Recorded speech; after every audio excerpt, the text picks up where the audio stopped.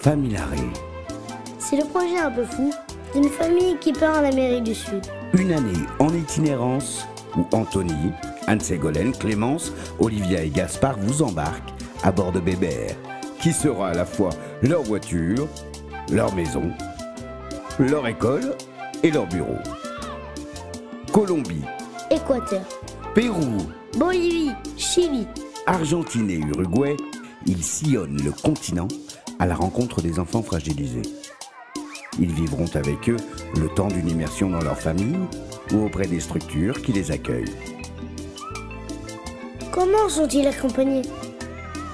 Quel est le premier de leurs besoins? Comment vivent-ils? Au travers du regard de leurs enfants, Famille Larrey vous partage cette expérience unique vécue en famille.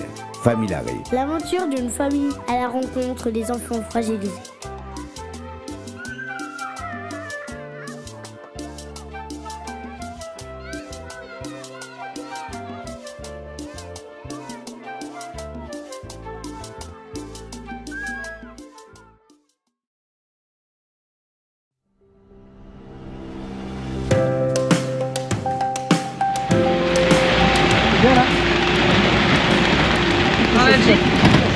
On profite, c'est les pieds qui lui prennent.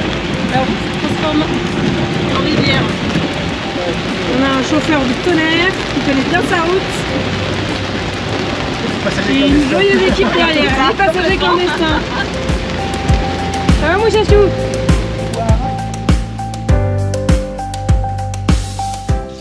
Bonjour, aujourd'hui nous allons visiter le café qu'on va nous présenter de Sandrine et Vincent. Ici, vous voyez une jolie maison de plantation de café, pleine de couleurs. C'est une région où toutes les choses sont très colorées. Notre camion Bébert qui est installé. Je vais simplement vous montrer la vue incroyable qu'il y a depuis la plantation de café pour que vous puissiez en profiter vous aussi. Voilà, et donc vous voyez toute la plantation qui est en dessous là, de la terrasse dans laquelle on est. Vous voyez les rangées d'arbres un petit peu ordonnées en dessous, c'est des arbres à café. On va découvrir un peu plus pendant les visites. Là, vous avez un beau bananier en face. Alors les arbres à café, ils se coupent, ils se taillent pour pas être trop. Donc là, il y en a un, vous voyez, il arrive à peu près à cette hauteur-là. Et tout simplement pour que la récolte soit plus facile et qu'il foisonne plus au sol. Et là, vous en avez qui n'ont pas été taillés, donc c'est plus dur d'aller récolter.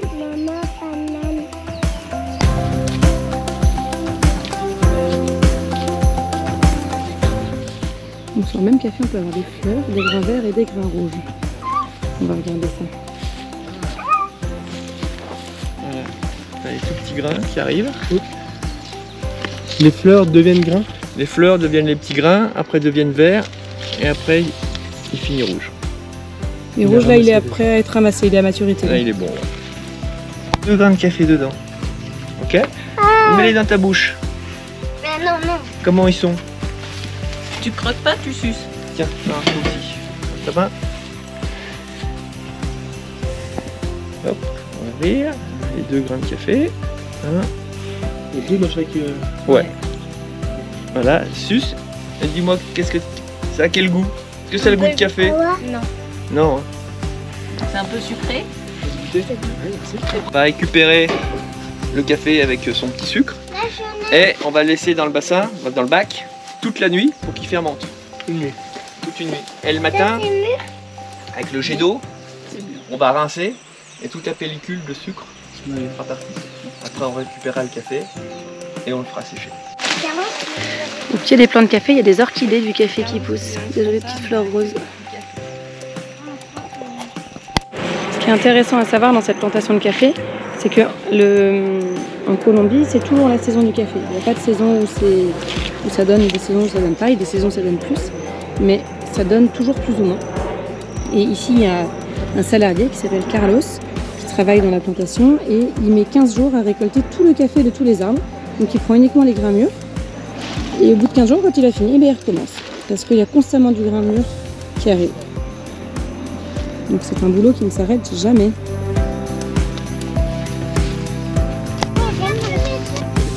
Là, vous avez un grain de café germé. Ouais. Avec en premier le grain de café tout à droite qui a germé. À côté, vous avez la feuille qui a poussé. C'est quoi le cotylédon? Je me souviens plus. Et là, il n'y a plus le grain qui a disparu. Ça fait un cotylédon, ça fait une plante. Et avec sa racine qui va pouvoir devenir un arbre. Alors, je vous présente Carlos. Carlos, c'est donc le salarié qui travaille ici, sur la plantation. Et on l'appelle la machine. La máquina, parce qu'il est très rapide. Porque es muy rápido. Rápido. Si, bien. Gracias. Si. Et voilà la récolte de Carlos pour ce matin. Alors les enfants, les élèves, on va vous emmener maintenant au séchoir à café. Maintenant qu'on a fait la visite de la plantation, vous allez comprendre tout le processus une fois qu'on a cueilli le café. Qu'est-ce qu'on en fait, comment on le traite, comment est-ce que ça devient d'un joli grain tout rouge à un grain de café ou du café comestible. On peut voir dans la cave de café, oulala, dans la tasse de café le matin. Comment vous l'avez mis ici tous les ronds? Bah, on va t'expliquer. Et puis ce soir, on verra Carlos faire. Moi j'en ai mâché, du coup j'en ai moins. C'est pas grave. Ça c'est la récolte du café des filles. Lâchez. Qu'elles mettront ce soir dans la machine à café avec Carlos pour le traiter, le dépulper et lui donner un bain. Et moi je vais aller en ramasser un. Ça y est, c'est le soir, on donne le bain au grain de café. Donc Clémence et Olivia prennent leur petite récolte. Et hop, c'est parti pour une nuit, c'est ça? Non, là je les fais tremper dans l'eau, je vais récupérer tous ceux qui flottent. C'est ceux qui sont creux, véreux, Ils sont etc. pas bons. Ah, c'est un pré-tri. C'est un pré-tri. Et tout ce qui flotte. Si, parlez, c'est bien.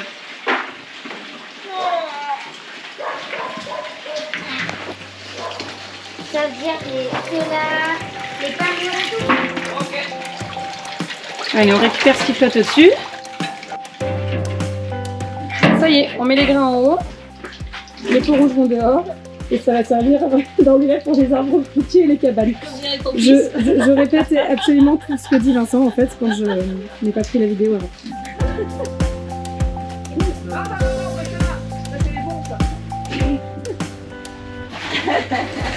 Bien joué. Ah, c'est un métier.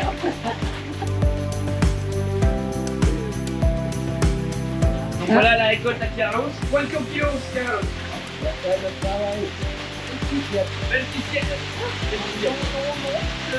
27 kilos de récoltés aujourd'hui.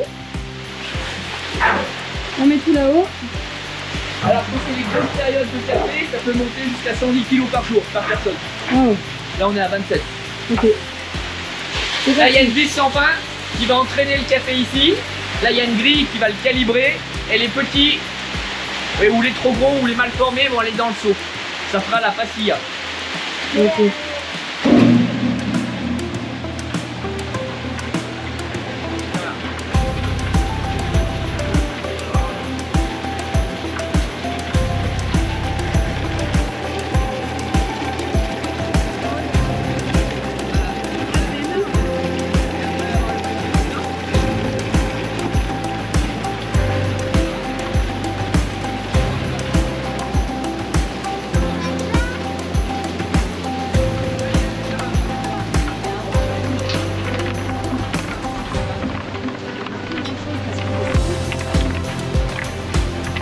Là, il y a du café qui sort de la machine. Ça, c'est le moins bon.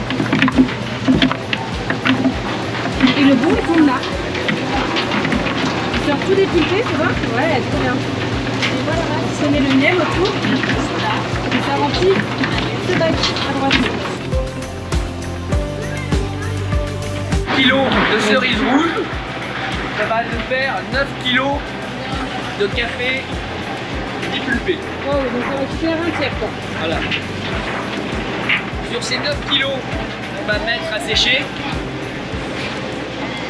À la fin, on va récupérer 4,5 kg de café sec. Wow. Donc 4,5 kg de café sec pour 27 kg au départ. Voilà. Sur ces 4,5 kg de café, quand on le fait torréfier, il va nous rester à peu près 3 kg de café. Donc là, la récolte d'une journée de Carlos, c'est pour faire 3 kg de café torréfié Et pas moulu. Enfin, c'est pareil au niveau Pareil. de poids. Voilà, à partir de 27 kg.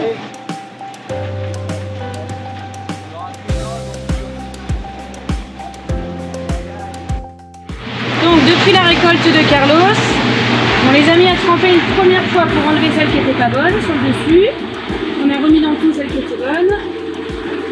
On les met en haut pour qu'elles se fassent retirer la pulpe, les pulpées. Là quand elles tombent, elles sont quasiment toutes dépulpées. Il y a une vis sans fin qui les emmène ici pour trier les grosses et les petites. Les petites passent dans le seau à côté. Les grosses viennent ici pour avoir un bain qui les va durer toute une nuit. Et les pulpes partent derrière. Et là, il y en a plein des pulpes. Ils font de l'engrais dans la terre.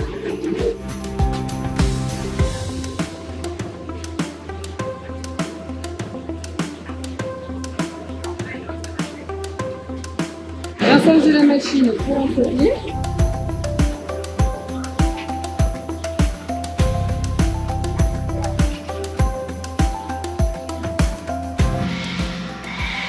Là c'est le séchoir qui marche au gaz avec une grosse flamme et qui vient faire sécher les grains de café au-dessus. On voit pas trop mais il y a une grosse chaleur qui se dégage là.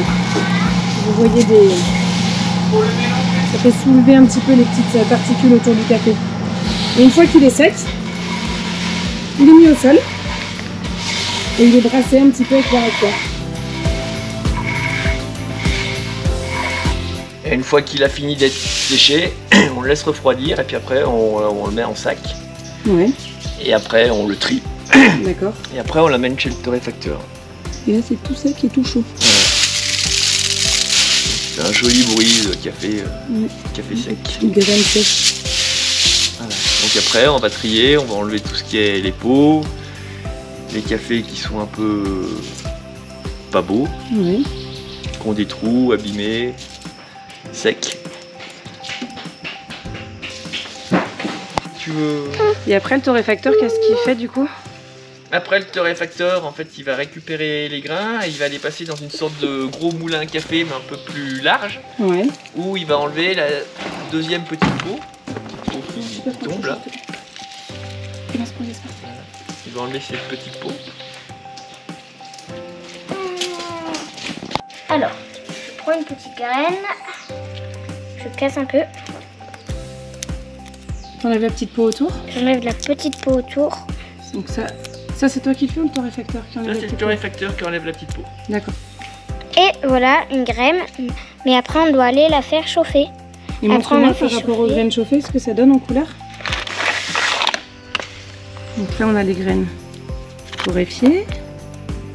Et là on a les graines non torréfiées prêtes à être chauffées. Voilà. Donc plus on va chauffer le petit grain là très longtemps et très chaud, plus le café sera noir, noir, noir. Et Et plus il sera fort.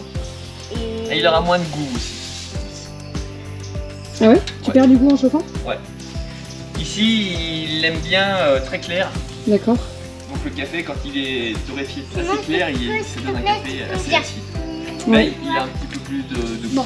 D'accord. Moi, je veux m'en Et voilà le café prêt à moudre de la finca dans laquelle on a pu visiter tout le processus. Merci, Vincent. Alors petite question comme hier, avec 29 de café avec les cerises rouges qu'on a ramassées, que vous avez ramassées, 29 kilos, non 27 kilos, on fait combien de kilos de café sec? 30 grammes. Un peu plus. 3 kilos. 3 kilos de café sec. 29 kg de café ramassé pour 3 kg de café prêt à être consommé. Et 29 kg, c'était la récolte d'une journée, une journée de travail de récolte. Voilà. Sans compter tout le travail qu'il y avait à faire derrière. Et ben, les élèves, on espère que cette petite visite du café vous aura plu. Et on vous laisse maintenant avec vos maîtresses retravailler et voir quelles sont les différentes étapes de la fabrication du café depuis la pousse jusqu'à la récolte, au travail dans la machine, au travail de séchage et au travail de torréfaction. Bonne journée!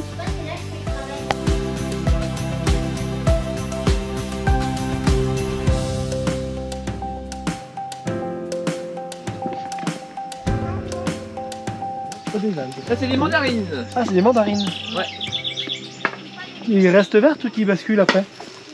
Hein? En couleur, elles restent vertes? Non, elles deviennent bien orange celle-là. Vincent nous explique que dans les plantations de café, il y a beaucoup de bananiers, parce que ça permet de faire de l'ombre, ça apporte de l'engrais, et puis c'est un petit revenu supplémentaire avec les bananes. Donc là on a acheté un ananas, on a C'est un d'autres bébé ananas. ananas. On a coupé la tête, on a planté la tête, et au bout de 2 ans, si tout va bien, tu as une fleur qui arrive, et la fleur va se transformer petit à petit En ananas. en ananas. Et tu mets 1 an à peu près avant, entre le moment où tu vois l'ananas et le moment où Le tu moment où peux il est le manger, c'est à peu près 1 Ah an. non. Voici un avocatier, et quand vous regardez de près, là vous en voyez un qui est un peu passé, un autre qui est en train de pousser et de mûrir. Là on a une sorte de fruit de la passion, et avant de faire ça, Faut les suivre. ça donne ces jolies fleurs de la catégorie des passiflores. On a vu Et après ça donne le fruit de la passion. Donc là vous avez les le premier jour, le premier année de la pêche quand le tout début du bourgeon sur un chemin, on voit mais qui évolue, qui grossit, avec des petites feuilles mais gros comme ça. qui donne cette fleur. Il y a une autre route verte.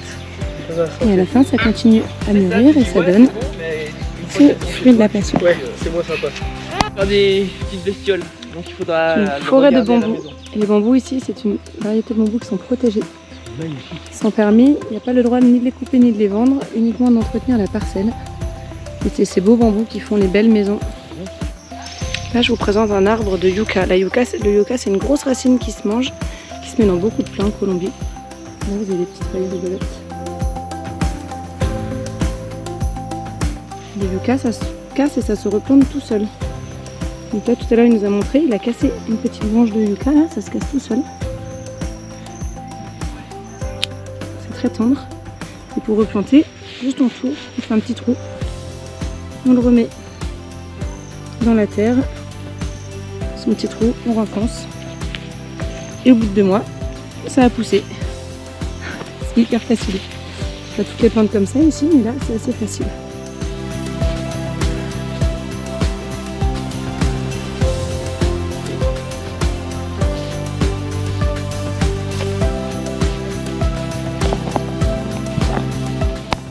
Là, vous avez un arbre à coton. Ça s'appelle un cotonnier? Oui, tout à fait. Donc là, vous avez la fleur, toute jolie, toute jaune. Voilà. Et puis après, vous regardez, quand la fleur elle fane, à l'intérieur, il y a le coton. Il y a même Il y a même une petite bestiole dans celui-là. Voilà. Et après, ça s'enlève. Tiens, donne-moi Olivia. Regarde, donne, je vais regarder pour Olivia. Voilà. Et là, on a du coton tout doux. On peut même l'utiliser directement pour la peau. Il faut simplement enlever la petite graine qui est dedans. Voilà. Alors, je vous remonte les étapes de la fleur de coton. Ouais. La fleur, ouais, je me suis piquée partout. Ensuite, vous avez la fleur jaune que je vous avais montrée. Et ensuite, la fleur de coton ici. Encore des petites orchidées qui sont restées sur des arbres qui ont été coupés. Il en a 3. Joli. Tu as les roses aussi là-bas. Ah, c'est celle que j'avais filmée au pied du café tout à l'heure. Ah non, c'est encore d'autres. Ça pousse de partout les petites orchidées ici. C'est jaune. Ici, en fait, c'est une ruche d'abeilles construite. En fait, là, il y a un petit trou et les abeilles rentrent dedans, mais on ne peut pas aller chercher le miel parce que c'est trop épais et ça va pas énerver les fourmis parce qu'elles sont gentilles, celles-là. C'est une ruche sauvage qui s'est installée là dans ce morceau de bambou, qui a fait ce petit trou pour rentrer et sortir. C'est des toutes petites abeilles qui sont pas agressives. Qui ont trouvé leur place dans ce petit bout de bambou qui a donc été laissé sur la charpente de la maison par Vincent et Sandrine.